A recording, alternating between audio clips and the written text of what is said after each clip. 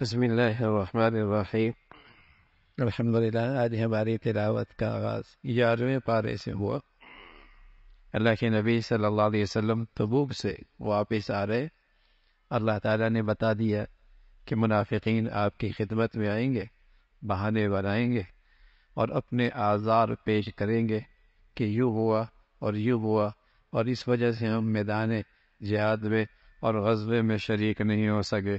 آپ علیہ الصلوۃ والسلام واپس آئے مدینہ میں، اور اسی انداز سے منافقین آپ کے پاس آئے اور مختلف بہانے بنا کر لائے۔ آپ کی اعلیٰ اخلاق اور آپ کی مروت سب کچھ جانتے ہوئے بھی آپ نے اس کا اظہار نہیں کیا اور خاموش رہے۔ آپ خاموش رہے، لیکن سچے مخلص ایمان والے انہوں نے اپنی غلطی کا اعتراف کیا اور جھوٹ کے ذریعے اپنی غلطی کو سچ نہیں قرار دیا۔ اللہ کی رحمت ان کی طرف متوجہ ہوئی۔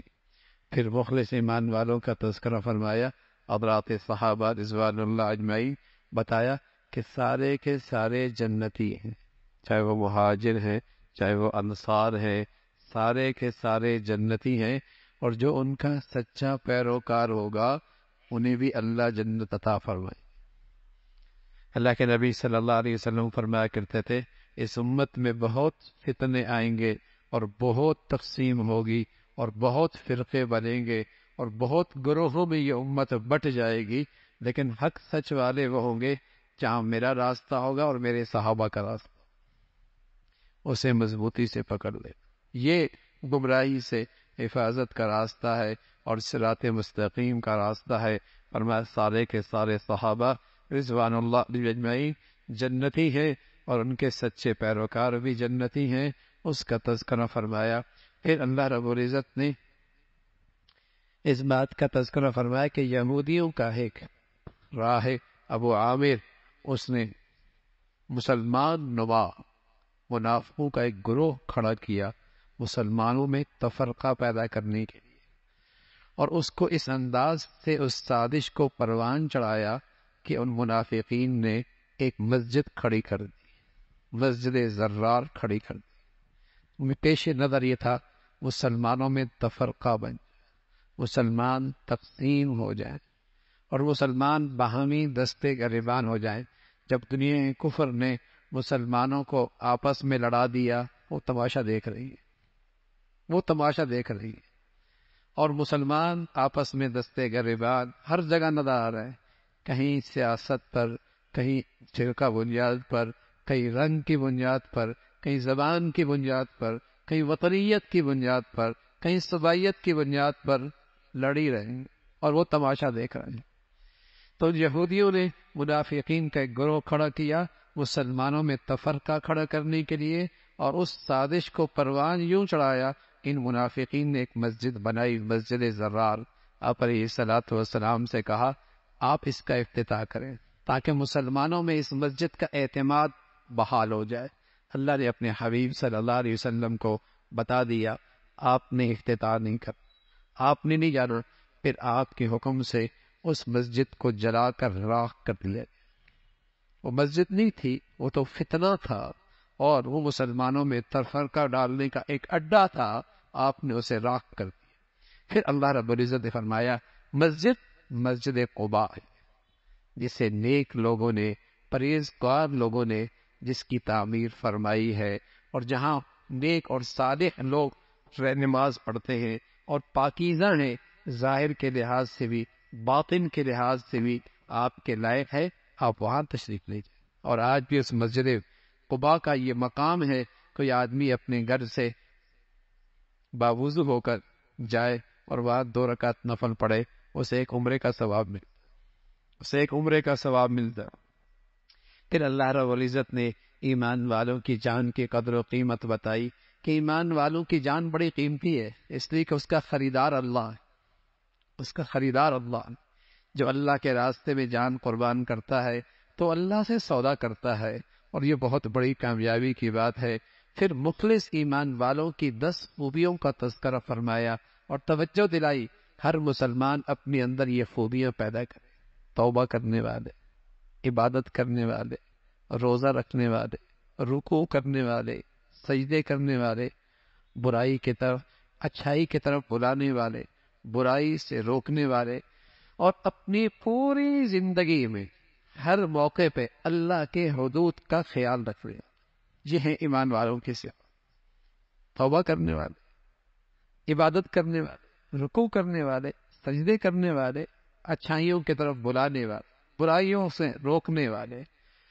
والحافظون لحدود اللہ، معاملات، معاشرت، خوشی، غمی، لین دین، تجارت، زراعت، کھیتی باڑی، گھر باہر، اللہ کے حدود کا خیال رکھنے والے۔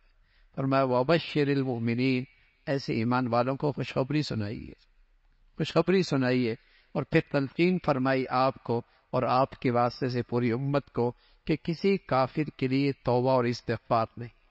ابراہیم علیہ السلام نے اپنے کافر باپ کے لیے دعا کی، ہدایت کی دعا کی، اور جب پتہ چلا وہ کفر پہ ہے پھر آپ نے اس سے برات کا اعلان کر دیا۔ پھر غزوہ تبوک میں 3 مخلص جن کے اخلاص اور جن کے ایمان پر کسی کو شک نہیں تھا، وہ میدان جہاد میں نہیں جا سکے، لیکن جھوٹے بہانے نہیں بنائے، سچائی کے ساتھ اقرار کیا ہم سے کوتاہی ہو گئی، سستی ہو گئی، اس لیے ہم نہ جا سکے۔ ان میں کعب ابن مالک ہیں، اور ہلال ابن امیہ ہیں، اور مرارہ ابن ربیع ہے۔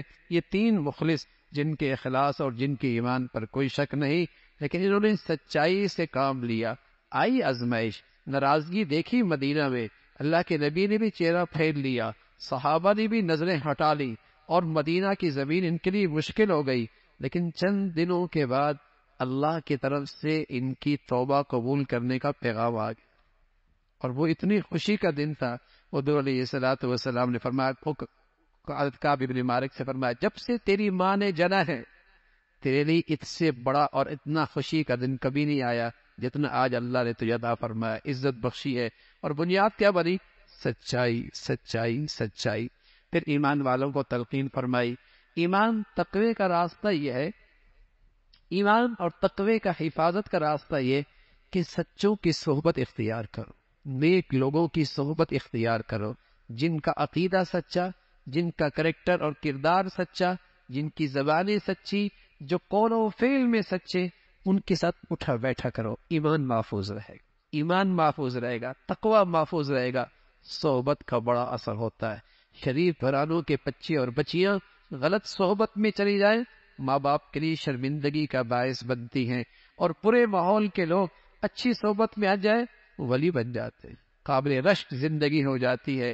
صحبت زندگیوں پہ اثر ڈالتی ہے۔ بدی کی صحبت ہو آدمی برائی کی طرف جاتا ہے، نیکی اور اہل تقوی کی صحبت ہو آدمی نیکی اور متقی بن جاتا ہے۔ اس کا تذکرہ فرمایا، اللہ کے راستے میں کوئی قدم اٹھاتا ہے، کوئی مال خرچ کرتا ہے، اللہ رب العزت اس کی قیمت لگاتے ہیں، ضائع نہیں کرتے۔ جہاد کے فضائل، برکات، اہمیت اپنی جگہ، لیکن فرمایا کچھ لوگ ایسے بھی ہوں جو دین سیکھنے والے ہوں، جو دین سیکھنے والے ہوں، اور امت کے تمام شعبوں کے لیے افراد تیار کرنے والے ہوں، افراد تیار کرنے والے ہوں، تو اس کا تذکرہ فرمایا۔ اور پھر جب وہ دین سیکھے پھر وہ ذمہ داری بجا لائے، اللہ کی حکموں کا پیغام اور اللہ کی حکموں کی دعوت، اور یہ ان کا زندگی کا پھر وہ مقصد بنے، اس کا تذکرہ فرمایا۔ پھر قتال، جہاد، اس کی ترغیب اور اس کے اصول بتائے، قریب والے، پھر اس کے بعد والے، پھر اس کے بعد والے، یہ اصول قتال اور جہاد کا بتایا، اور اللہ کے نبی صلی اللہ علیہ وسلم کی خاص شان کا ذکر فرمایا۔ آپ کا مختصر انداز میں تعارف فرمایا کہ اللہ کا رسول ہے، لیکن اپنی امت کے لیے بہت ہی نیکیوں کے اور بھلائی کے حریص ہیں، اور اپنی امت کے بڑے خیر خواہ ہیں، اور ان کے لیے بھلائی کے بہت حریص ہیں، اس کا تذکرہ فرمایا۔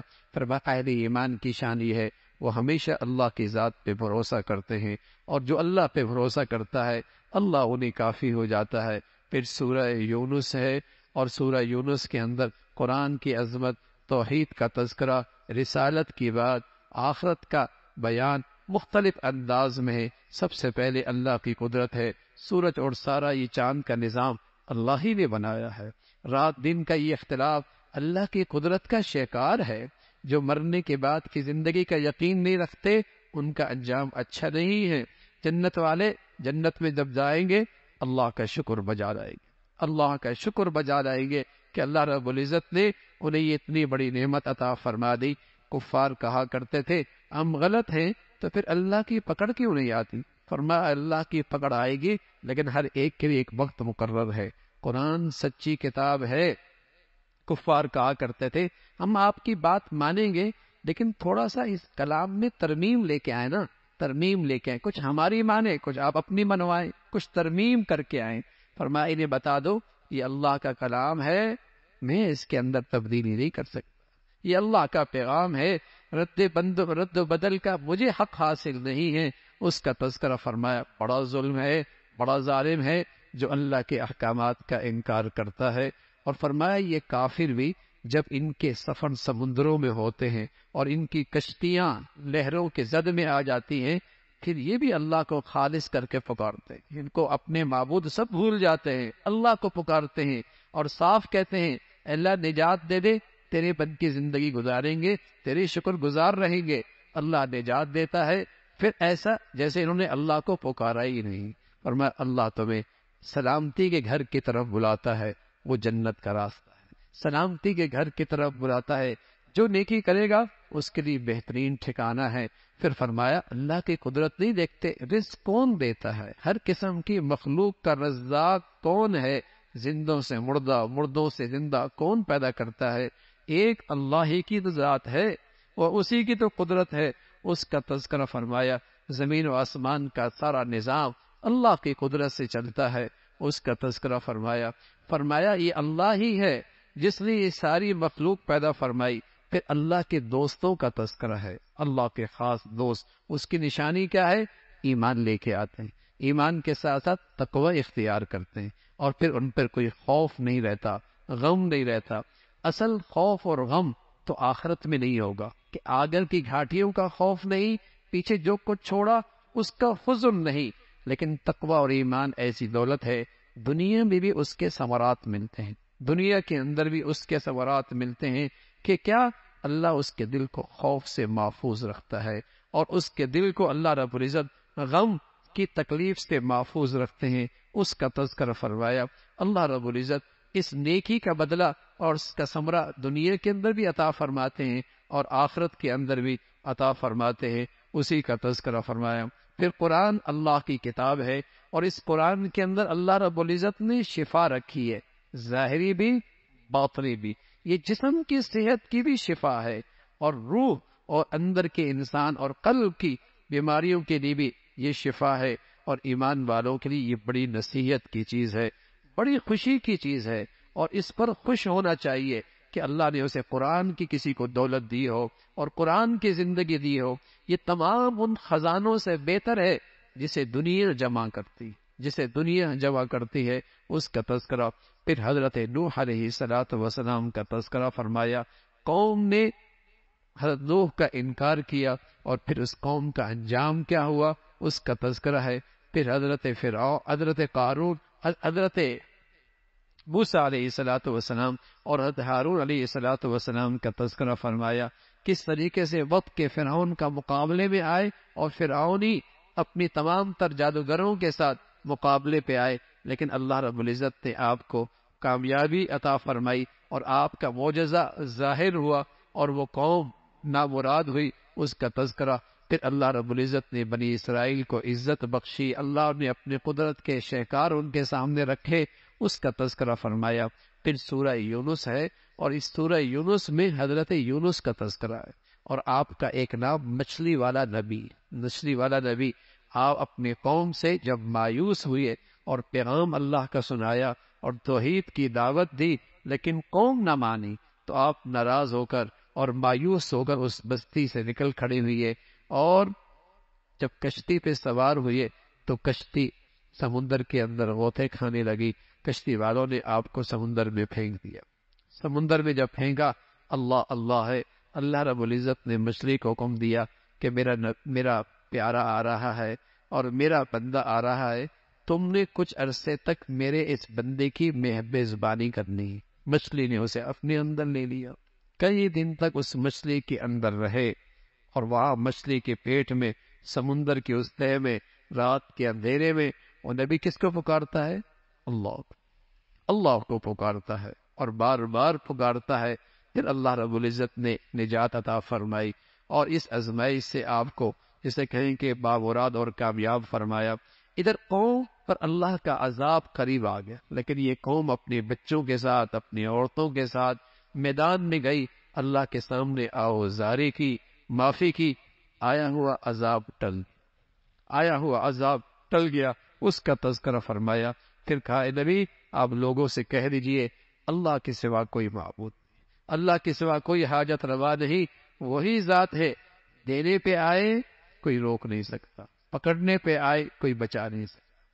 وہ ذات خیر اور بھلائی کا فیصلہ کرے، کوئی اس بھلائی کو روک نہیں سکتا، اور اس مولا کی طرف سے مصیبت اور آزمائش آ جائے کوئی اسے نہیں روک سکتا. وہ ایک اللہ کی ذات ہے، اس کا تذکرہ فرمایا. آپ جو شخص بھی ہدایت پہ چلے گا، جو آئی ہے اللہ کی طرف سے، اپنا فائدہ کرے گا اور اس میں نفع اسی کا ہے. اور کوئی شخص اگر گمراہی اختیار کرے گا، اللہ کی بادشاہت میں فرق کوئی نہیں آنا، اور اللہ کی شان میں کمی کوئی نہیں ہونی، اور اللہ کی ذات میں کوئی فرق نہیں آنا. گھاٹا انسان کا ہے. بھلائی کرے گا اپنا فائدہ ہے، نہیں کرے گا اور گمراہی کا راستہ اختیار کرے گا پھر بھی نقصان اسی کا ہے. پھر اللہ نے اپنے نبی کو پیغام دیا، آپ آسمان کی طرف سے آئی ہوئی وحی کی پیروی کرتے رہیں اور صبر کرتے رہیں. ایک دن آنے والا ہے اللہ رب العزت سزا اور جزا کی شکل میں فیصلہ فرمائے. دنیا میں اللہ نے فیصلہ تو کر دیا حق اور باطل کا، لیکن ایک دن اور آنے والا ہے جہاں فیصلہ دلائل سے نہیں ہوگا، جزا اور سزا سے ہوگا. ہر آدمی سر کی آنکھوں سے دیکھے گا یہ کامیاب اور یہ ناکام ہے. فرمایا اس وقت تک آپ صبر کیجئے، اللہ رب العزت بہتر فیصلے کرنے والے ہیں.